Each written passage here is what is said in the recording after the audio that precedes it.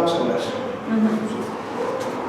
Señor, muchas gracias porque después de un par de semanas que no fueron ociosas, sino de trabajo, de esfuerzo, Señor, en la iglesia, por fin, Señor, estamos reanudando esta clase que ha sido bendición, que ha sido aprendizaje, que ha determinado, ha cambiado algunos conceptos que tenemos nosotros respecto de las últimas cosas, o incluso de las cosas no últimas, pero las actuales, y entender un poco las anteriores. Te damos muchas gracias por este estudio y con mucho regocijo, gran expectativa, Señor, entramos a estudiar este capítulo que es precioso y que nos habla acerca de tu soberanía, de tu poder, de tu trascendencia. Ayúdanos pues para entender esto, Señor, y que no sea nuestra interpretación particular denominacional, sino lo que tu palabra dice con claridad. Gracias, Señor, por los que estamos aquí. Permite que los que vienen en camino puedan llegar con bien, si vienen, y si no, allá en sus casas, Señor, donde estén, bendíceles y bendice a toda nuestra iglesia y a nuestra familia. En el nombre de Jesús. Amén. Amén. Bien. Bueno, este es un maravilloso interludio entre el mensaje de los primeros 3 capítulos y el mensaje de los siguientes capítulos a partir del capítulo 6. Vamos a establecer un contexto anterior y posterior para ubicar esta visión en medio, por lo cual hablamos de que este es un interludio maravilloso, una doxología preciosa, una adoración genial, no solamente de algunas personas o algunos seres, sino una adoración colectiva, universal, que ejemplifica a todas las personas y todas las cosas de todos los tiempos. Así que vamos a tratar de contextualizar este texto correctamente. Nosotros tenemos en el capítulo 1, en el capítulo 2 y en el capítulo 3 en la introducción, y en la introducción podemos notar que hay una autoidentificación de Cristo, pero lo interesante del asunto es que en el capítulo 1 ya se nos dice un poco acerca del propósito del libro, ¿no? Hemos visto en el versículo 3 que dice: bienaventurados los que leen, ¿no? Los que oyen y los que leen las profecías escritas en este libro. Es una cosa importante porque somos bienaventurados al hacerlo. Le tenemos miedo a veces, ¿no? La gente le tiene miedo a veces al Apocalipsis porque piensan que es así de horror, y así se pintan las películas. El Apocalipsis casi es para espantarse, pero es bienaventurado el que oye y que lee. Y nosotros hemos dicho y hemos insistido todo el tiempo, y lo seguiré haciendo, que el libro de Apocalipsis, lejos de ser un libro que espante, es un libro de esperanza. Hay una esperanza maravillosa, y la esperanza está situada no necesariamente en los eventos particulares o específicos del libro, porque si nos detenemos en un solo capítulo como el 6, por ejemplo, más bien salimos huyendo del libro que entrar, pero en el contexto completo del libro esperanzador, el tema central es la segunda venida de Cristo. Nos habla de su primera venida y nos habla también de lo que sucede en medio de la primera y la segunda venida, y por supuesto la segunda venida. Hablábamos nosotros ya en meses anteriores de la importancia de esta doctrina de ya pero todavía no. Ya fue inaugurado el reino, el Señor Jesús vino ya, murió ya, fue sepultado, muerto, sepultado y luego resucitado, y ha vencido a la muerte. Importantísimo ese detalle. Y anunció que iba a haber una tribulación, una situación en el mundo muy adversa, ¿no? Y está pues retratada ahí. A partir de la primera venida de Cristo y la segunda venida de Cristo, que es, no sabemos cuándo va a suceder esto, en medio de todo este acontecimiento, ¿no? Mientras, dice Apocalipsis que va a suceder, ¿no? Lo que va a suceder. Incluso aquí en la visión dice lo que ha de suceder después de estas cosas, ¿no? Es decir, nos está anunciando pues algunas cosas de índole profético acerca de lo que va a suceder. Hemos insistido que el método de interpretación del Apocalipsis es un método de progreso, paralelismo progresivo, ¿no? Que va añadiendo información en las 4 secciones que está conformado en grandes rasgos. El Apocalipsis va progresando, avanzando y progresando. Empieza con el anuncio de la segunda venida de Cristo, termina con el anuncio de la segunda venida de Cristo, pero ya con la nueva Jerusalén en calles de oro y una escena preciosa, y al final el Señor diciendo: ciertamente vengo en breve, si el Señor Jesús, decimos, o lo dice Juan en su carta. En este ínter pues está escrito todo este asunto. En medio de todo este asunto, en el Inter, hay visiones, hay específicamente algunas cosas que tienen que ver con visión que tiene el apóstol Juan y lo que el Señor le permite que vea y describa, y hay algunas cosas que el Señor le dice que literalmente diga. En este particular vimos ya en el capítulo 3 cómo el Señor no le dice escribe lo que ves, ¿no? Escribe lo que ves, sino le dice escribe esto.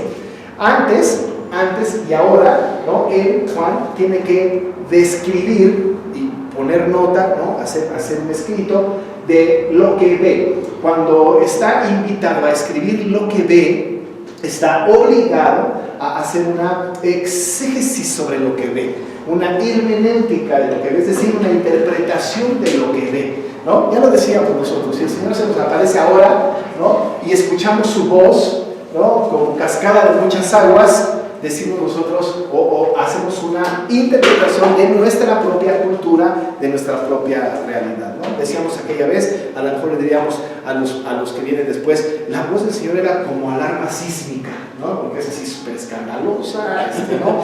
Genera miedo, ¿no? Quizá, ¿no? Porque estaríamos interpretando la visión con nuestra cultura, ¿no?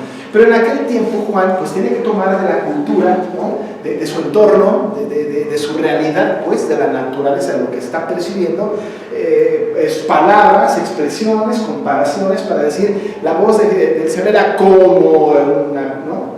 Y era como no sé cuánto. Entonces empieza a hacer analogías Juan, y claro, el mensaje está encriptado, él sabe que lo que va a decir lo van a entender sus receptores, que son el pueblo de Dios, pues los elegidos, los regenerados, que están en el otro lado. El mensaje está encriptado para que las autoridades romanas no puedan entenderlo, y evidentemente lo que él describe, claro que va a ser escuchado y entendido por los que lo reciben. Pero en el capítulo 3 ya no usan esta idea hermenéutica de interpretación de símiles y metáforas y analogías, ¿no? Pero ahora va a entrar con un asunto más importante. El Señor le dijo, escribe, ¿no? Y cada momento a las cartas les dice, escribe al ángel de la iglesia que está en Éfeso, escribe al ángel de la iglesia que está en Sardis, ¿no? Les dice, escribe, y le dicta. Es como si el Señor le diera. Y entonces Juan está escuchando, ¿no? Como buen alumno, a lo mejor, Señor, ¿me lo repites? No lo sé, pero él está, ¿no? escribiendo lo que el Señor le está diciendo. Esta es la única ocasión en el libro de Apocalipsis que va a suceder esto. El resto del libro va a ser una interpretación de Juan profética. Pero si nosotros hacemos la afirmación de que la Escritura es inspirada por Dios y que fue el Espíritu Santo quien inspiró a Juan, estamos hablando de que las palabras utilizadas por Juan son palabras de Dios, inspiradas sin duda, ¿no? Y sus comparaciones son inspiradas sin duda.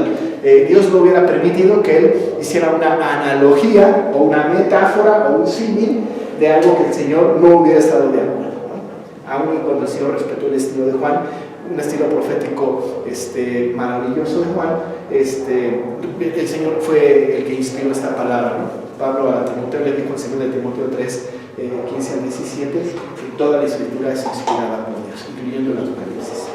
Así que entonces Juan escribe, ¿no? Lo que le está diciendo en el capítulo 3. Y vimos un mensaje maravilloso de 7 iglesias, ¿no? De 7 iglesias, mensajes preciosos, que ya dijimos que en la numerología apocalíptica el número 7 es la totalidad, la comprensión de lo absoluto, lo perfecto, ¿no? Así, el número 7 y múltiplos de 7, ¿no? No solamente el 7, como cuando le dicen al Señor cuántas veces debo perdonar a quien me ofende, hasta 7 veces, el Señor dijo hasta 70 veces 7. Y no se trataba de que aquellos hicieran una multiplicación rápida para ver cuántas perdones llevaban, sino significaba todo el tiempo, no te pares, ¿no? No hay manera de que pares en tu perdón. Cuando se habla de las 7 iglesias, ¿no? que está en el Apocalipsis, desde el punto de vista del número apocalíptico, entonces decimos que está hablándole no solamente a la iglesia local, Éfeso, Esmirna, Pérgamo, Tiatira, Sardis, Filadelfia, Odisea, pero está hablándole a todas las iglesias de todos los tiempos, ¿no? A nosotros incluidos. Está hablando pues de todas las iglesias de todos los tiempos. No es verdad que nosotros podemos acomodarnos, como dijimos, en una iglesia. Nosotros somos como la iglesia de Filadelfia, pues ojalá, ¿no? Somos como la iglesia de Esmirna, pues sería padre, ¿no? Pero no somos como Filadelfia o como Esmirna. Somos una iglesia como Éfeso, como Esmirna, como Sardis, como Tiatira, como Laodicea, como Filadelfia, como todas. Tenemos rasgos de cada una.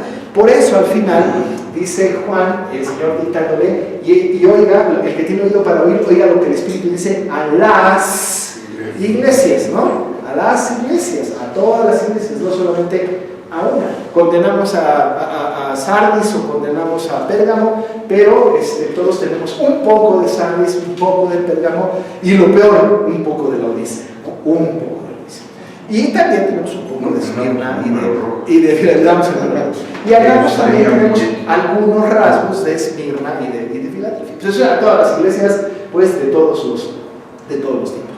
Las iglesias hoy día se ponen nombres, ¿no? Y hay muchísimas iglesias que tienen el nombre de una de las iglesias de Apocalipsis, ¿no? Hay una Esmirna, hay una iglesia Éfeso, las iglesias se ponen así sus nombres, ¿verdad? Si hicieran un estudio concienzudo, a lo mejor ninguna iglesia se llamaría Esmirna o Laodicea, a lo mejor, ¿no? Como ningún padre le pondrá a sus hijos Jezabel o ¿no? Antíoco, Acán, ¿no? O Acab incluso, ¿no? O Nerón, ¿no?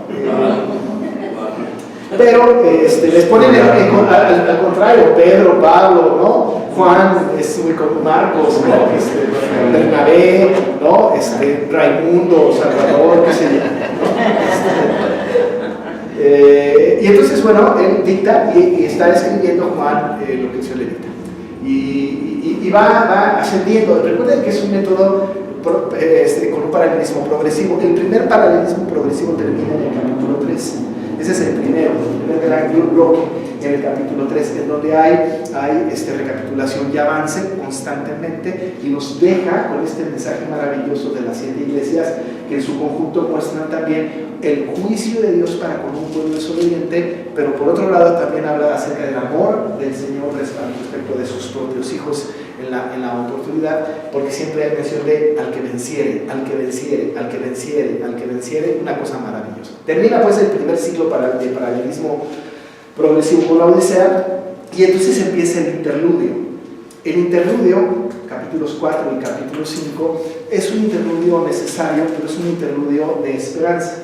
Si nosotros pensamos, ¿dónde está en el libro descrito de manera palpable, ¿no? Específico, la esperanza del creyente, por un lado, y por otro lado el dominio de Dios sobre toda su creación en todos los tiempos? Bueno, lo encontramos en el capítulo 4 y en el capítulo 5. No encontramos ninguna vez la palabra soberano en estos dos versículos, ¿no?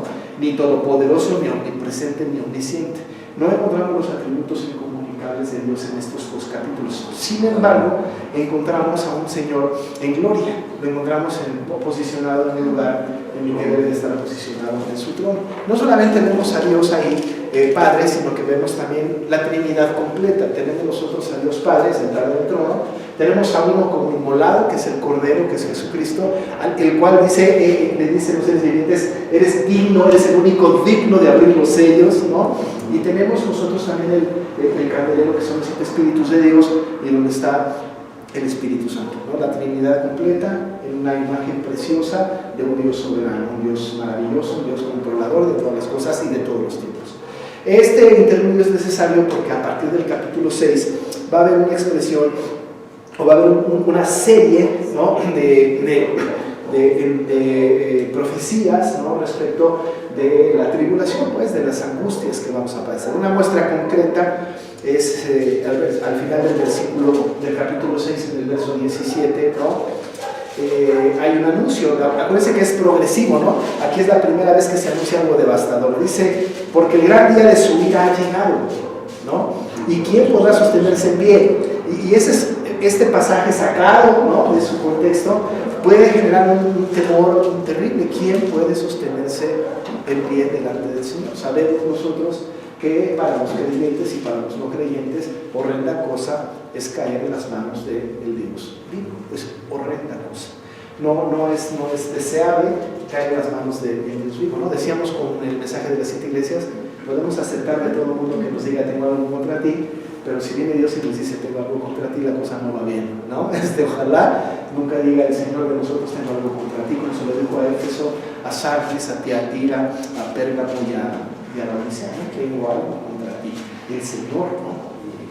Claro que hoy el Señor no habla audiblemente, pero créanme, seguro hay algo que tiene el Señor contra cada uno de nosotros, ¿no? Sin duda, porque Él conoce nuestra vida, pero completita, ¿no? Pero ahora está diciendo el capítulo 6, verso 17, una sentencia bastante abrumadora, ¿no? El gran día de su ira ha llegado, dice, ¿no? ¿Y quién podrá sostenerse en pie? ¿Quién? Y la verdad es que es una pregunta retórica. No está esperando una respuesta, ¿no? Las preguntas retóricas no esperan respuestas, ¿no? Si yo le digo a mi esposa, ¿verdad que me amas? Es retórico. Más vale que diga que sí, o que no diga nada, ¿no? Porque es retórica la pregunta, ¿no? ¿Ya llegaste? ¿No? En fin, es retórico, ¿no? La respuesta está implícita, pues, en la pregunta. Y aquí tenemos esta pregunta, ¿no? ¿Quién podrá sostenerse en pie? No es así como para que digan, a ver, vamos a ver quién. Sí, yo sí, nadie, ¿no? ¿Quién podrá sostenerse en pie? La respuesta obligada es nadie. Nadie puede sostenerse en pie ante la ira devastadora de un Dios santo. Debemos de recordar que uno de los atributos de Dios, comunicable por cierto, es su ira. Nos gusta hablar de un Dios amoroso, misericordioso, paciente, ¿no? Bueno, santo, puro, y está bien, ¿no? Está bien, ese es nuestro Dios, ese es nuestro Dios, la verdad. Pero, perdón, cuando hablamos de su ira no nos gusta mucho, pero la ira de Dios es algo importante, ¿no? Nosotros conocemos esta doctrina porque en la palabra propiciación encontramos nosotros la antítesis de la ira, donde el Señor tiene que descargar su ira a fuerza, ¿no? A fuerza tiene que descargar su ira y la descargó en Jesús, ¿no? Y Él fue propiciación para nosotros, ¿no? Se hizo propicio, es decir, descarga la ira sobre mí, entonces como para rayos, perdón el ejemplo, ¿no? La ira vino ¡bum! Sobre Cristo nada más para que no fuera descargada sobre nosotros. Pero la ira es una doctrina maravillosa, es un atributo comunicable, pero esa ira se descarga, ¿no? Y viene sobre los hijos de desobediencia, ¿no? Y claro, y Dios no puede ser burlado, y lo que el hombre sembrar, eso también segará, ¿no? Entonces, horrenda cosa es caer en las manos de Dios vivo. Por eso, el temor al Señor es importante, tener una vida de santidad es importante. ¿Quién podrá mantenerse en pie cuando la ira del Señor venga? ¿Quién? Evidentemente, nadie, pero le damos muchas gracias a Dios por el capítulo 4 y el capítulo 5, porque ahí tenemos a alguien que es capaz de abrir los sellos. Es capaz, ¿no? Y además la expresión que usa Juan para hablar de él es un cordero como inmolado.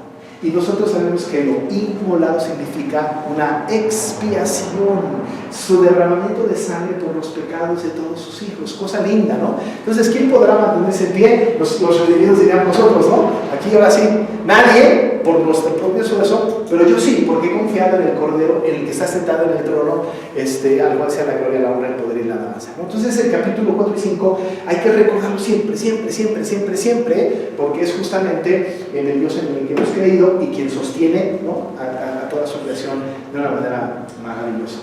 Aquí, pastor, aquí ya cambia la manera de la narrativa de Juan, porque ya no le dice el Señor escribe. No, ahora tiene que yo miré.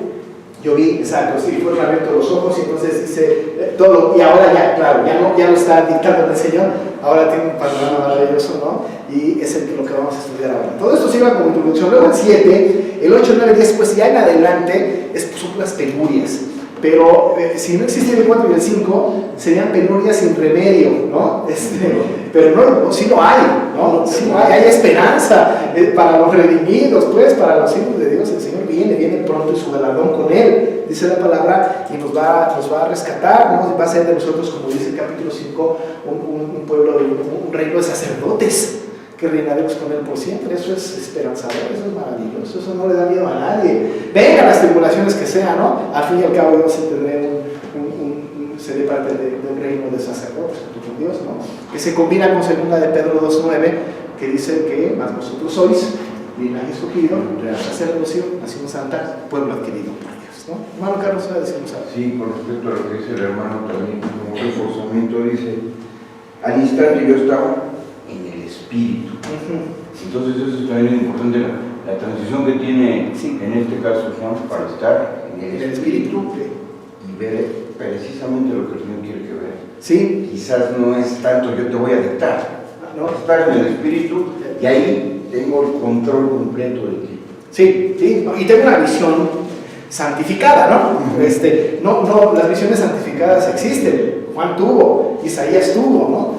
Ahora nosotros no tenemos una visión tan santificada, ¿no? Pero porque ya el Señor ya no habla hoy a través de este tipo de circunstancias, pero ellos tenían una visión santificada, Dios se las puso, ¿no? Pedro tenía una visión santificada cuando venía a la canasta y bajaba con los animales que no podían comer, tenía una visión santificada, Dios la había puesto, ¿no? En fin, pero desde luego nosotros ya no la podemos tener, pero sí, él cambia su lenguaje, ya no va a escribir lo que le dicta el Señor, pero ahora va a escribirnos y a darnos a nosotros como un gran artista, un gran pintor, un panorama sensacional de la soberanía de un Dios omnipotente, un Dios soberano, un Dios que controla todas las cosas. Ahora, ¿cómo sabemos que esto es así? Vamos a estudiar el texto del capítulo 4 y el capítulo 5, ¿no? Para que podamos ver cómo esto es así, cómo estos dos capítulos nos llenan de grandes esperanzas y que además tiene soporte en el Antiguo Testamento también, ¿no? Porque es el mismo Dios, el mismo de ayer, de hoy y de todos los siglos. Y además aquí el texto dice el que era, el que es y el que ha de venir, ¿no? Bien, empezamos entonces. Ya la semana antepasada, no sé cómo se dice, pasada, antepasada, de la que está atrás, no sé cómo se dice. Antepasada. Una antes de la antepasada, ya nos quitamos de problemas. Requete antes. Exacto. Requete antepasada. Y antes. ¿Quién ya no se diga eso? En fin, siempre batallando con nuestro idioma, ¿no? Bueno, ya hicimos una imagen general, ¿no? A la vez antepasada. Y vamos a tratar de entrar en detalle. Semana. En la antepenúltima, penúltima, antepenúltima, ya quedó así. Pero vamos a tratar de entrar un poco más al detalle, sin ir muy al detalle, ¿no? Para que podamos coger un poquito el fruto, sin indagar demasiado en la raíz, hasta donde no sea posible, ¿no? Porque si este pasaje, capítulo 4, capítulo 5, ha sido interpretado de mil formas, por personas muy capaces, y todavía no se ponen de acuerdo. Nosotros tampoco nos vamos a poner de acuerdo. Dos o tres cosas para empezar la interpretación de este pasaje. Uno, este pasaje, desde luego, es un pasaje que está lleno de figuras. Y cuando hablamos de figuras, estamos hablando de que no puede ser interpretado de manera literal, ¿no? Figuras. ¿Por qué no puede ser interpretado de manera literal? Porque si interpretamos algo literal, interpretemos todo literal. Si es algo simbólico, interpretemos todo simbólico. Cuando se habla, por ejemplo, del cordero, que ya hablamos, ¿no? Que dice que está como inmolado, pero dice que tiene 7 cuernos y 7 ojos. Y no nos podemos imaginar a Jesús, ¿no? Con 7 cuernos o con 7 ojos. No es justo eso, literalmente, lo que quiere decir Juan, sino más bien lo que eso significa, ¿no? Hay que hacer una diferencia de ese asunto, ¿no? Eso es muy importante, ¿no? Muy importante que podamos percibirlo, ¿no? Son metáforas, son algunas ideas de lenguaje que son pertinentes para la interpretación. Recuerden que está encriptado, y si es encriptado, más vale no hablar literalmente, sino de manera figurada, para que lo entiendan aquellos a los que va dirigida esta carta, que son las 7 iglesias de Apocalipsis, no de Apocalipsis, de Asia. Entonces esa es la primera cosa importante, ¿no? Esta interpretación es una interpretación simbólica, ¿no? Figurativa. Tenemos que darle ese valor, ese valor. Acuérdense que Juan está tratando de interpretar lo que ve. Es abrumadora su visión. ¿Quién sabe cuánto tiempo habrá tardado en escribir el capítulo 4 y el capítulo 5 para estar pensando, ¿y cómo digo esto? Porque ¿cómo se describe a Dios? ¿Cómo se describe? Nadie lo ha visto. Juan tampoco lo vio, ¿no? Porque lo que vio fue a uno que estaba sentado en el trono. No lo vio, porque Dios es espíritu. Nadie puede verlo y vivir. No lo vio, pero ¿cómo lo describe? ¿Cómo describe su magnificencia? ¿Cómo lo hace? ¿No? ¿Qué habrá pasado en la mente de Juan para pensar cómo lo describo? ¿No? Su apariencia era como de jaspe y cornalina. cómo lo describe, ¿no?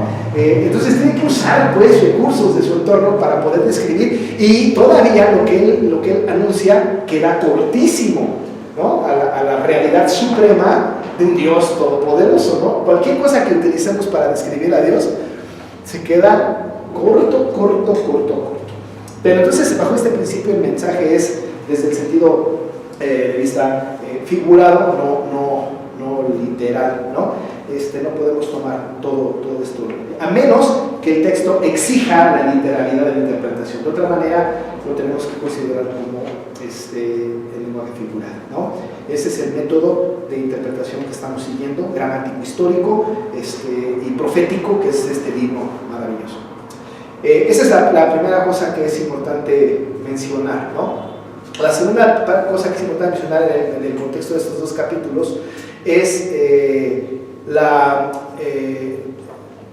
recurrente, ¿no? O recurrencia a imágenes del Antiguo Testamento, específicamente cuando se habla de los 4 seres vivientes, que hay una imagen muy citada, ¿no? Aun y cuando Juan no dice, y como dice Isaías, o como dijo Ezequiel, no lo dice, pero es como si lo dijera, porque dice cosas que son exactamente tal y como las dice Isaías y como las dice Ezequiel, y podemos recordar que de la literatura apocalíptica, Daniel, Ezequiel, Apocalipsis son como, ¿no? Ejemplos importantes de este tipo de expresión. Y algunos capítulos de Mateo, especialmente el 24, que hablan justo de las últimas cosas, ¿no? Pero toma pues del Antiguo Testamento, lo cual es importante porque nos da una imagen veterotestamentaria de la visión que tiene Juan y de un Dios absoluto, que no empezó en el Nuevo Testamento, ¿no? Sino que está en toda la historia de la humanidad, ¿no? Bien, dice, después de esto miré, después de esto es de lo que el Señor le dijo que escribiera a las 7 iglesias, ¿no? Nadie le pudiera entrar a esto si no lee después de esto, ¿no? Entonces hay que ir a lo que dijo, que era antes. Ya lo vimos, ¿no? Hay mensajes de esperanza que venciere, pero también hay amenazas de castigo. Si no haces esto, entonces yo quitaré. Y si no haces aquello, hay como, no quiero decir amenaza, pero hay consecuencias de no quitarse el pecado, no dejarse el pecado. Bueno, después de esto, le dice el Señor a las iglesias, a estas mismas iglesias, dice, miré, dice Juan, y he aquí una puerta abierta en el cielo. Y la primera voz que oí, como de trompeta hablando conmigo, dijo, sube acá, y esto mostraré las cosas que sucederán después de estas. Miren, no podemos nosotros caer en el error de pensar que Juan estaba dormido y tuvo una epifanía, ¿no? Una visión, pues, ¿no? Evidentemente en el texto como que nos deja ver que Juan entra en una especie de éxtasis y ve, ¿no? Algo ve, pero lo ve consciente, ¿no? El verbo que está ahí, miré, es un verbo maravilloso. Tenemos nosotros en el idioma original, en el griego, 2 palabras para ver. Nosotros para ver tenemos una sola, ver y ya, ¿no? Bueno, utilizamos ver, mirar, observar, otear, incluso este es un verbo lindo, ¿no? Otear, ¿no? Utilizamos diferentes palabras para decir diferentes acciones al respecto de ver. En el griego parece semejante. Hay 2 expresiones, una es orao y otra es blepo. En ambas expresiones tienen que ver con sus énfasis particulares. El blepo, que es una manera de decir ver, es un mirar, es un ver contemplativo, así en general, ¿no? Viendo la multitud subir al monte, ¿no? Es como si yo voy al museo, ¿no? Y entro al museo y a mí no me gustan los museos, lo de confesar, bueno, depende de qué museo. Y no me gustan las ruinas. Ahora fuimos a Comalcalco, fuimos a visitar unas ruinas, pero antes habíamos ido a visitar Chichén Itzá, por ejemplo. No me gusta mucho. Son preciosas, no hay duda, ¿no? Preciosas, pero no me gusta mucho. Entonces una vez fuimos mi esposa y yo a Chichén Itzá y estando ahí en Chichén nos dejó un hermano, nos dijo, mire pastor, ahí le dejo, ¿no? Eran las 10 de la mañana. Venimos como a las 5 por ustedes.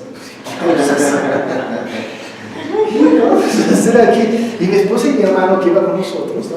Estaban encantados. Pero yo iba haciendo las pirámides, piedra por piedra, y haciendo sus análisis. Y yo dije, me paré ahí en medio de Chichén, vi todo, está padre, ¿no? Vamos. Ellos querían ver detalles. Minuciosamente. Sí, y además no solo eso, especular sobre la construcción Era hombre por la boca. Sí, no, y luego recrearse imágenes de los sacrificios, pero lo que yo hice fue un lepso, ¿no? un mirar, así, ¿no? Bueno, pues ya está, ¿no? Está padre, vámonos, ¿no? Ya, lo que sigue. Y no, tuvimos que estar ahí varias horas, ¿no? Yo me senté ahí en una sombrita y ellos se pusieron a caminar por todos lados, y yo pues ya vi, ¿no? Ese mirar, ese ver, pues es así panorámico, ¿no? General, que no detiene uno la mirada de ningún lado. Pero el otro verbo griego, orao, es un verbo que tiene que ver con un mirar detenidamente, ahora sí contemplativo. Es ese mirar que mi esposa tiene en las ruinas y en los museos, o mi hermano, que ya falleció, pues, pero lo tenía, que era llegar y ver, y se detienen en el lugar. Y se hacen para atrás, lo vuelven a acercar, se vienen a hablar. ¿Quién lo firma? La combinación de los colores, la técnica. Se mueven los ojos sí, claro. Entonces, ven el último detalle, ¿no? Yo sí puedo hacer eso con un libro, pero no lo puedo hacer con un cuadro, ¿no? O con una escultura. Si yo tengo un escrito en mis manos, soy tan contemplativo que puedo percibir las faltas de ortografía así, ¿no? Pero no puedo en el cuadro. Pero ellos sí, ¿no? Ese mirar detenido, ese mirar específico, concreto, es un mirar que detiene uno su mirada y presta atención al más mínimo detalle. Cuando el texto dice Juan, ¿no? Después de esto, miré, usa este verbo, ¿no? Este verbo de miré de una manera contemplativa, así me detuve, así como cuando uno está viendo algo, no respires para percibirlo con todo cuidado. No hable nadie, aunque hablar no pasa nada, porque lo que se está usando es la vista, pero todo el ser completo, ¿no? Está involucrado en lo que ve, ¿no? Y Juan dice, pues, miré, y usa este verbo. Es importante, porque nos habla, pues, de que no fue así como que Juan volteó, vio, sí, está padre, y se regresó. No, sino que se detuvo en la visión y vio, ¿no? Y nos narra lo que vio. ¿Qué es lo que vio? He aquí una puerta abierta en el cielo. Insisto en el tema de las metáforas, ¿no? No es una nube con forma de puerta, tampoco es una puerta. ¿Cómo es increíble que nosotros los cristianos, o los hombres en general, usamos las cosas creadas por Dios para definir al Creador, ¿no? Chistoso. O sea, Dios ha creado las cosas y usamos las cosas para explicar al Dios de la creación con la creación de Dios. Y claro, la puerta es una creación de Dios. Y usamos las cosas, la creación de Dios, para describir al Creador de la creación. Es chistoso. Pero claro, ¿cómo no puede ser de manera diferente? Dios es trascendente, no lo podemos entender, entonces recurrimos a este tipo de metáforas. Había pues una puerta abierta en el cielo, que es lo que él puede definir, ¿no? Juan, ¿no? Y la primera voz que oí, y quizá la más importante, ¿no? Es una voz como de trompeta. Y nosotros sabemos que quien tiene voz de trompeta, porque ya lo vimos en el capítulo 1 y en el capítulo 3, el que tiene voz de trompeta o como de trompeta es Jesús, ¿no? La trompeta es muy importante porque anuncia, ordena, ¿no? Arenga, ¿no? Llama, ¿no? a una, convoca a una reunión, ¿no? Anuncia la venida de un enemigo o anuncia la llegada de un rey, ¿no? La voz de trompeta es importante. Nosotros tenemos la mención del apóstol Pablo a los tesalonicenses en el capítulo 4 y 5, de que cuando el Señor Jesús venga, dice, vendrá con voz de mando, con trompeta de Dios, dice el texto, ¿no? Con trompeta de Dios, un gran escándalo que habrá, pero vendrá con voz de mando y con trompeta de Dios. La trompeta, pues, es importante porque anuncia, llama, convoca, ¿no? Y de alguna manera esta trompeta, ¿no? Que era como de trompeta la voz, ¿no? Otra vez Juan, ¿no? Pues a mí me suena como trompeta, ¿no? Si hubiera escuchado, ya dijimos, la alarma sísmica, hubiera dicho, oí como una alarma sísmica o alguna cosa así, o el llanto de mi bebé, qué sé yo, pero como de trompeta porque era su manera de entender, y además tiene sentido bíblico. Como de trompeta la voz, hablando conmigo, y además esta trompeta la escucha solo Juan. Dice un comentarista de este texto que Juan, cuando estaba preso, no estaba solo, casi nunca, era como vigilado, ¿no? Y sucede algo muy raro, porque él escucha cosas y ve cosas alrededor de personas, ¿no? O con gente, quizá no todas las veces, pero algunas veces, que los demás no ven, que los demás no oyen. Y esto es interesante porque Juan está diciendo, oí, la primera voz que oí como de trompeta hablando conmigo, ¿no? Se está dirigiendo solamente a mí, dice Juan, y esa voz como de trompeta le dijo, sube acá. No le dijo, ven para acá, baja para acá, vente a un lado, dice, sube, ¿no? Sube acá, y yo te mostraré las cosas que sucederán después de estas. Y sube acá tiene también un sentido de divinidad, porque el Señor está en lo alto, a él se le llama el Altísimo, ¿no? El que mora en las alturas, ¿no? Las alturas siempre fue muy importante. De la altura viene la bendición, ¿no? De la altura viene la bendición. Así que sube acá, no es tanto así como que tenga que trepar, ¿no? Pero es una imagen de esa autoridad que tiene Dios, y entonces dice aquella voz que es Jesús, sin lugar a dudas, sube acá, y entonces Juan se apresta para atender, y claro que todo esto sucede en ese momento de una manera simbólica, pero evidente para Juan. Está pasando, esto que está diciendo está pasando, ¿no? Y yo te mostraré las cosas que sucederán después de estas. Y entonces, una vez que oye la voz como de trompeta, una vez que oiga esta única voz que habla con él y que le dice sube acá para mostrarte, hasta ese momento, dice el versículo 2, al instante, cuando le dice sube acá, ¿no? Ya estaba, dice, yo estaba en el Espíritu, en el instante, ¿no? En el Espíritu. Y aquí es donde tenemos que, no vamos a detenernos demasiado, solamente vamos a hacer 2 o 3 anotaciones al respecto. Dice ahí, y al instante yo estaba en el Espíritu. ¿Qué es estar en el Espíritu? ¿No? ¿Qué es estar en el Espíritu?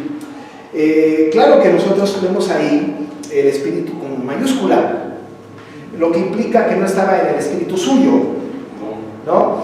Estaba en el Espíritu y el Espíritu Santo, pues, ¿no? El Espíritu es importante. Estar en el Espíritu no es estar en una condición sobrenatural de éxtasis, ¿no? Así como en un estado catatónico quizá, o emocional, ¿no?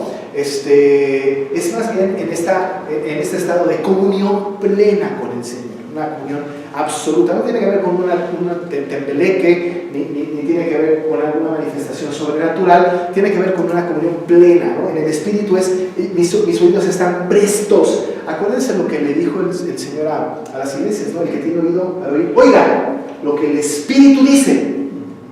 De tal manera que no es cosa de una manifestación sobrenatural, es una relación plena, directa, una certeza, una certidumbre de cercanía con Dios. Estar en el Espíritu es estar conectado con Dios completamente, que nada alrededor haya que distraiga, ¿no? Nosotros siempre estamos en el Espíritu porque el Espíritu está con nosotros y es el que nos hace que nosotros digamos a Padre de nuestro Espíritu, ¿no? Cuando estamos orando, etcétera, podemos estar en el Espíritu, casi lo de alrededor no nos causa ninguna distracción, andamos concentrados en el Señor y no estamos temblando, ni estamos tirándonos al piso, ni estamos haciendo ninguna cosa sobrenatural, estamos en una concentración plena con el Señor. En el caso de Juan, evidentemente parece que es un grado superior, ¿no? Parece que es un grado mayor. Se ha repetido esto. El apóstol Pablo le dijo a los corintios también, ¿no? Conozco a un hombre, no sé si en la carne, pero en el Espíritu dice él, que subió al tercer cielo, ¿no? Dice Pablo. Seguramente era el mismo, ¿no? Que en el Espíritu, no porque haya tomado un cohete para subir al tercer cielo, pero estaba en una plena, absoluta relación con Esteban, cuando estaba siendo apedreado, estaba en el Espíritu, ¿no? Estaba completamente abstraído de lo que estaba alrededor. Le caían las piedras en la cabeza y en todos lados, y él vio las puertas del cielo abiertas, dice Lucas, ¿no? En Hechos. Y que le pasaban las piedras y lo golpeaba, pero él vio las puertas del cielo abiertas, porque estaba en el Espíritu, completamente concentrado en el Señor, y tanto así que hasta Esteban le pidió al Señor: perdónalos, porque no saben lo que están haciendo, ¿no? En el Espíritu puedes estar en una plena relación estrecha, una vinculación perfecta, preciosa con el Señor. Bueno, dice: en el instante estaba yo en el Espíritu, que ya digo que es un grado así de esta naturaleza, ¿no? Tipo Esteban, ¿no? Tipo Pablo, que estaba en el tercer cielo. Y aquí entonces empieza su visión, ¿no? Empieza a ver, empieza a ver. Dice: un trono establecido en el cielo, y en el trono uno sentado. Dije la vez antepenúltima, ya me aprendí eso, que era muy importante en aquel tiempo, en la era monárquica, ¿no? Siempre hay un trono en la era monárquica, porque es donde se sienta un rey, ¿no? Antes de la época monárquica no había tronos. A partir de la era monárquica empezó a haber tronos. No solamente de la época monárquica de los judíos o del pueblo de Israel, de la época monárquica de cualquier pueblo. Nosotros tenemos que recordar que el pueblo de Israel tiene o va a experimentar el asunto monárquico después que todas las demás naciones. Porque incluso cuando llega el pueblo, después de la época de los jueces, en donde todo el mundo hacía lo que le daba la gana, le dijeron a Samuel: danos rey como las otras naciones, ¿no? Tanto así que Samuel le dijo al Señor: es que no me quieren. El Señor le dijo: no, a ti no, a mí es a que no me quieren. ¿Quieren rey? Es rey. Y a partir de ese momento, ¿no? Entonces el pueblo empieza a vivir una época, el pueblo de Israel, monárquica. Antes los pueblos otros sí tenían reyes, o sea, los tronos han existido. Pero en la época de los pueblos paganos, no de Dios, los monarcas, ¿no? Los que estaban en los tronos eran perversos, ¿no? Eran hombres malvados. Podemos recordar algunos, como por ejemplo Asuero, ¿no? Rey de Media y Persia, que fue el que se casó con Esther, ¿no? Y que quiso presumir su palacio, sus conquistas, y quiso presumir a Basti, su esposa, y Basti dijo: no está Basti de aquí, pero y no dijo Basti, no, definitivamente eso no, Basti dijo: no lo voy a hacer, y le desobedeció. Es controvertido eso, pero era un megalomano que estaba apostado en un trono, ¿no? Y era un rey malvado. Tenemos el ejemplo de Jezabel y de Acab, reyes malvados, y todos los reyes de los reinos enemigos de Israel, ¿no? Perversos, había reyes perversos, y esos reyes gobernaban, eran soberanos. Ya dijimos que la palabra soberano en griego es déspota, ¿no? Eran déspotas, eran esto es mío, ¿no? Como el cuento de que pide el no, esto es mío, todo es mío. Y entonces era todo de ellos, y se pronunciaban como todo es mío, y presumían todo es mío, y ejercían un poder enfermizo, ¿no? Que se tenía que hacer exactamente lo que ellos decían, y gobernaban sobre las voluntades de las personas. Luego llega la época monárquica del pueblo de Israel, y aparentemente el pueblo tiene que saber que el único Dios es Dios, que el único gobernante, ¿no? El único soberano, déspota, es Dios, ¿no? El único. La Shema lo dice, ¿no? Oye Israel, Jehová nuestro Dios, Jehová uno es, y temerás a Jehová tu Dios con todo tu corazón, con toda tu mente, etc. Así que entonces es Dios el que debe de ser adorado por siempre, y es el rey de reyes, dice la palabra, ¿no? El rey de reyes. Pero querían reyes también. Entonces el pueblo pensó que los reyes judíos iban a ser, o los del pueblo de Israel iban a ser rectos, justos, reyes piadosos, reyes que dirigieran al pueblo hacia una adoración de Dios. Pero bueno, pues qué gran error, ¿no? Y entró Saúl y no la hizo. Y luego vino David, que era un hombre conforme a la adoración de Dios, tampoco la hizo, aun y cuando en toda la historia de la humanidad no había un rey, ni cuando fue la creación del mundo, y no lo habrá hasta que venga el Señor por segunda vez, tan bueno como David. Desde luego Jesús primero, ¿no? Pero quizá David el rey más importante y mejor rey que ha existido sobre la faz de la tierra. Pero imperfecto, adúltero y asesino, ¿no? Un rey que cometió y usó su autoridad como rey para adulterar y para matar a Urias, el esposo de Betsabé. Así que entonces los reyes terrenales han sido reyes malvados, reyes incongruentes. Luego llegó Salomón al trono que, bueno, pues adoró casi a 1000 de sus 1000 mujeres y a sus dioses, ¿no? Y luego de ahí Roboam y todos los demás en el norte y en el sur, malos todos casi, ¿no? Que llevaron pues a la tierra. Bueno, esos eran los reyes se sentaban en tronos. Pero es interesante, ¿no?, que ya no hay necesidad de un rey, de un monarca. Y nosotros sabemos ahora, y aquellos cristianos tienen que saberlo también, que sus destinos, ¿no?, y su vida está en manos de un rey, sí, un rey. Pero no el rey terrenal, no César, no Nerón, no Darío, no Ciro, ¿no?, sino había un rey todopoderoso, un rey sobre todos los reyes, y ese es el único que gobierna. Por eso Juan ve, ¿no?, esta visión, entra en el espíritu y ve un trono, ¿no?, como dice la palabra del Señor, y eso es muy significativo para aquellos hombres, porque dice que ve un trono establecido en el cielo.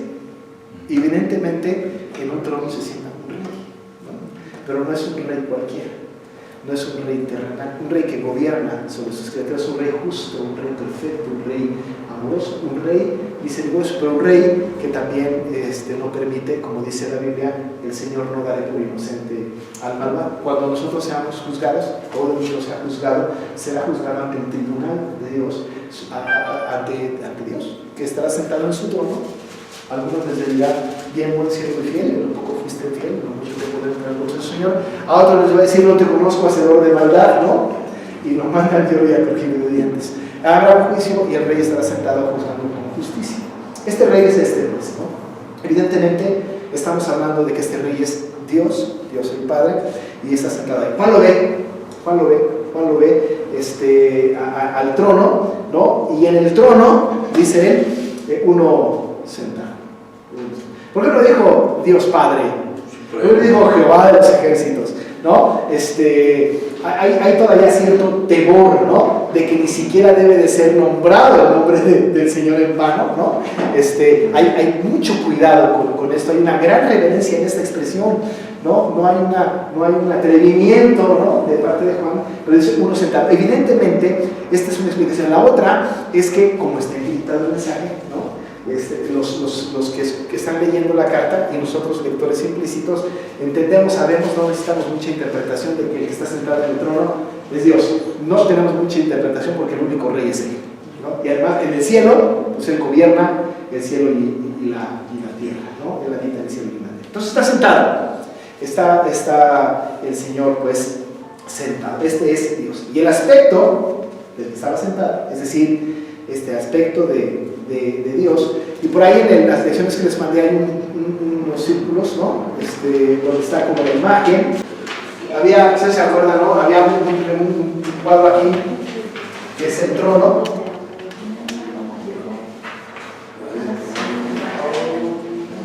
y escalones,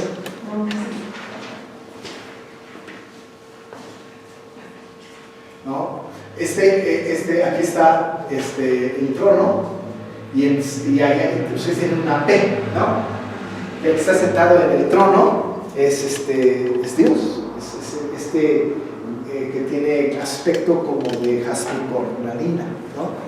Y alrededor de él, y entonces empieza a describir, pero lo importante de la visión, y en el círculo que ustedes tienen ahí en sus manos, lo importante de la visión es que el centro de donde emana todo, de donde todo tiene sentido, es del que está sentado en el trono. Notamos que no es un personaje secundario, ¿no? Si lo ponemos como una novela, no es un personaje circunstancial, no es un antagónico, ni siquiera es un protagonista de segunda clase. Es el único posible, es el que gobierna, es el que está en el centro de todo. Si quitamos a este personaje del centro, ninguno de lo que tiene alrededor cobra sentido. Así que dice la Biblia que que está sentado en el trono, en medio, en lo más importante que puede estar, dice que tenía aspecto, y el aspecto del que estaba sentado, aspecto ya nos da una idea de una figura, de lenguaje, ¿no? Cuando dices tiene aspecto de, es como decir es semejante a, ¿no? Cuando tiene aspecto de, estoy diciendo, no sé exactamente qué es, pero se parece a, ¿no? Cuando decimos aspecto. Así que entonces tiene aspecto y da una imagen.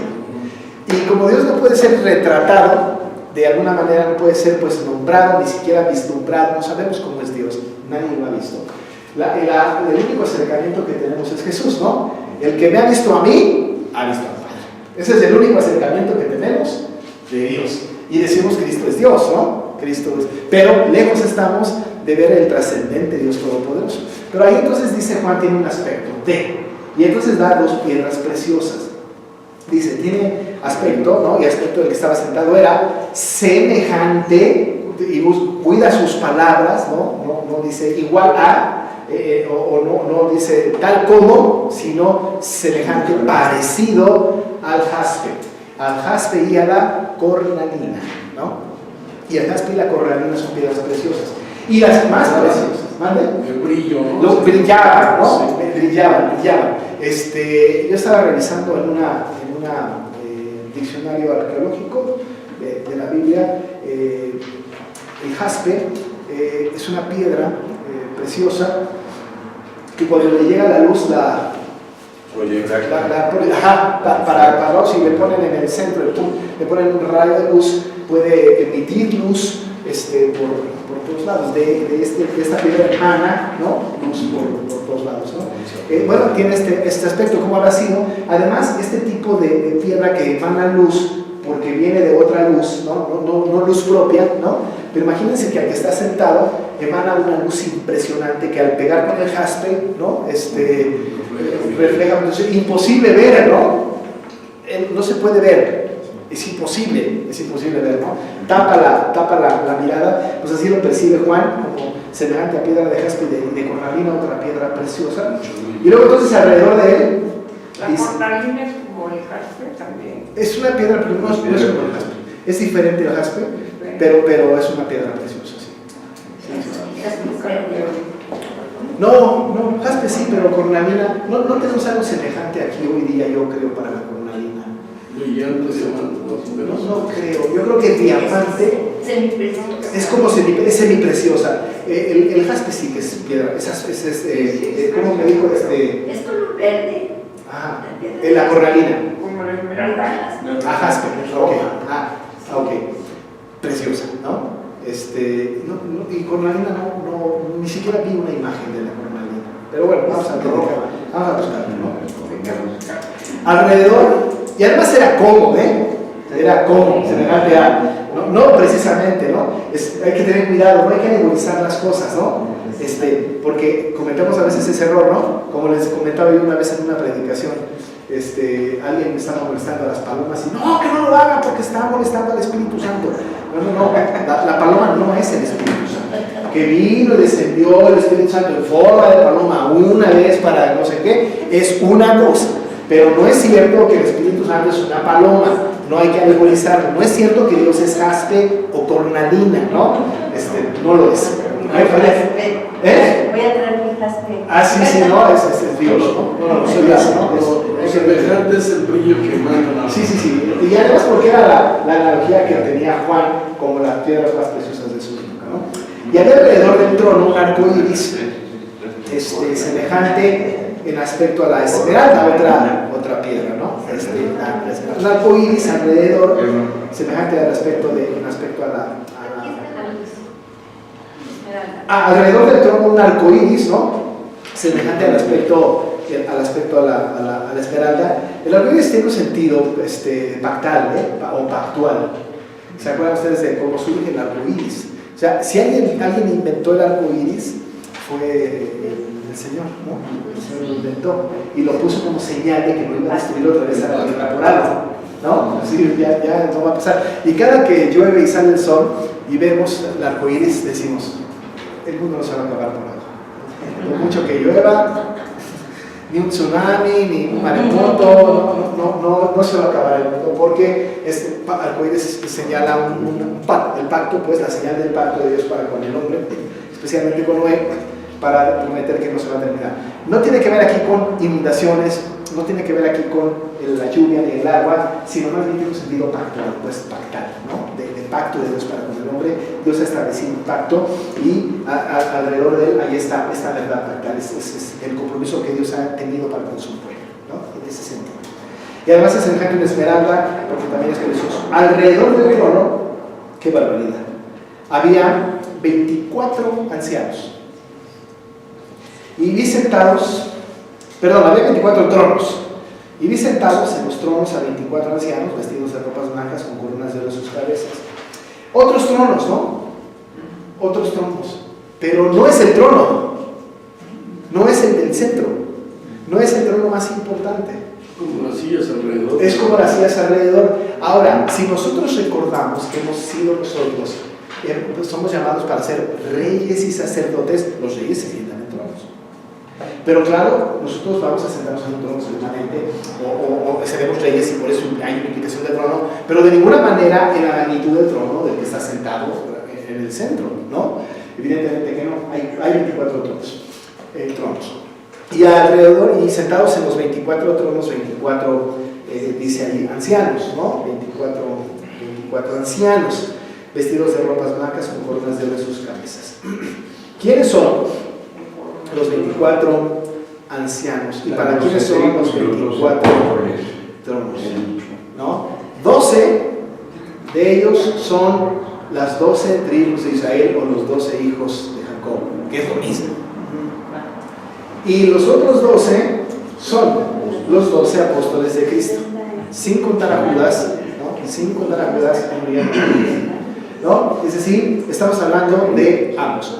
En ambos casos, la totalidad de los 24 ejemplifican el pueblo redimido de Dios. Cuando nosotros hablamos o cuando pensamos en que el pueblo de Israel es una cosa diferente a la iglesia moderna, ¿no?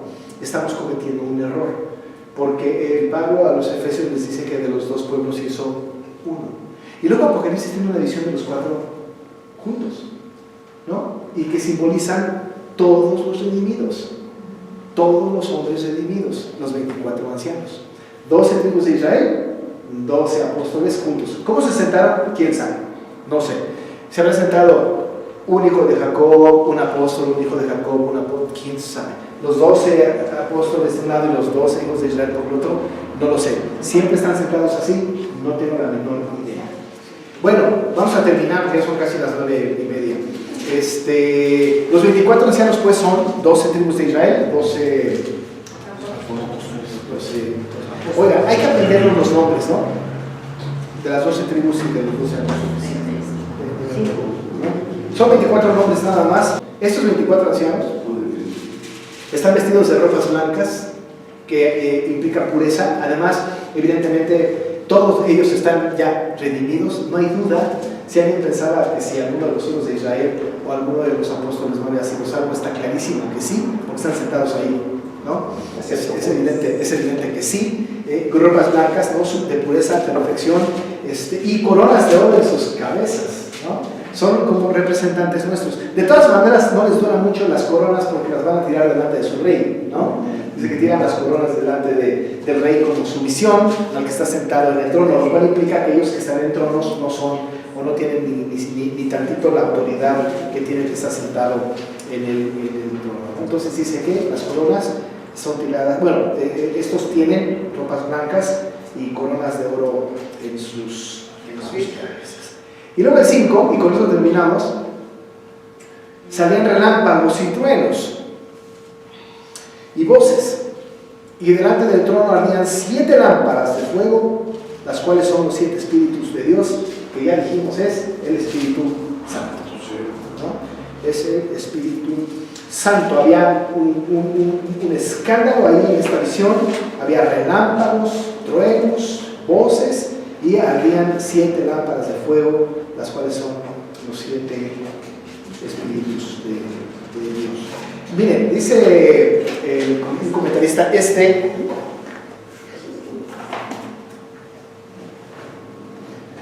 el Evis Carballosa, ¿no? Buen comentario de Apocalipsis, la consumación del plan de Dios, de Emilio Núñez. Bueno, el prólogo es de Emilio Núñez, ¿no? ¿Evio? ¿Ah? Evis, Carballosa. ¿No? Ahí lo tengo para el que quiera. Ahora, dice este comentarista, es muy serio, ¿no? Otra vez en la imagen, el Juan tiene en la naturaleza ejemplos concretos, y lo más escandaloso era los relámpagos y los truenos. La pregunta es: ¿qué diferencia hay entre relámpagos y truenos? Relámpagos de luz y Nada más truenos el la de luz sonido. y el otro trae sonido. Los que suenan y los que no suenan. Entonces es exacto. Truenos, el trueno se oye y el relámpago anuncia, ¿no? El relámpago anuncia, es como cuando vamos a la calle y vemos la luz y decimos: ¡ahí viene! ¿No? Nos preparamos para el tronido, ¿no? Bueno, pues serían relámpagos, que era justo lo que sucedía en aquella época, ¿no? Y decían los pobladores de aquellas zonas en aquel tiempo, que cuando estaban los relámpagos y los truenos, había la versión pagana y la versión cristiana, o no cristiana, pero religiosa, de Dios, ¿no? Los paganos decían que eran los dioses Zeus, particularmente, ¿no? Lanzando sus relámpagos y sus rayos, enojados con la tierra, ¿no? Esta era la versión griega, digamos, ¿no? Pagana, pero Juan lo relaciona para contrarrestar esto, que eso viene de Dios, ¿no? Aún y estas cosas no explicables o tergiversadas, más bien vienen de parte de Dios, relámpagos y truenos y voces, ¿no? Y las voces que venían de ahí. ¿Qué voces eran? No sabemos, pero eran voces, ¿no? Y delante del trono ardían, bueno, estaba el Espíritu Santo, lámparas de fuego, las cuales son los 7 Espíritus de Dios, y estaban presentes en esta visión del Espíritu Santo, ¿no? Bueno. ¿Qué son los 7 Espíritus de Dios? El Espíritu Santo. ¿Y por qué 7? Porque está completo. Sí, claro, por la perfección. Incluso estos 7 Espíritus de Dios están ya contados por Juan en el capítulo 1 de Apocalipsis. Y el 7 es perfección, los 7 espíritus. ¿Se acuerdan ustedes el candelero de 7 picos? ¿No? Que tiene 3, el del centro y 3, y todos están prendidos. Es esta imagen, y dice en la Biblia, por ejemplo, que había 7 candeleros, lo cual son los 7 espíritus de Dios, dice en el capítulo 1, y en el 2 es el Espíritu Santo. El Espíritu Santo. ¿Por qué 7? Pues porque es el número de la perfección. Sí. Bueno, la semana que entra, amados hermanos, vamos a ver a los seres vivientes, y vamos a hablar, ¿no? Le damos muchas gracias, Padre, por esta noche que podemos reiniciar el estudio que estamos teniendo desde hace algunos meses atrás. Y Señor, sin duda habrá errores que cometamos, pero queremos estar muy centrados en lo que tu palabra dice, y queremos que tú alumbres nuestro entendimiento para que podamos captar las enseñanzas de este libro maravilloso. Señor, que te quedes con nosotros hoy, que nos acompañes hasta la casa, que estemos bien y que podamos seguir con nuestras actividades de este fin de semana. Te damos gracias por todo lo que nos has dado y las oportunidades que nos das de estudiar tu palabra, en el nombre de Jesús. Amén.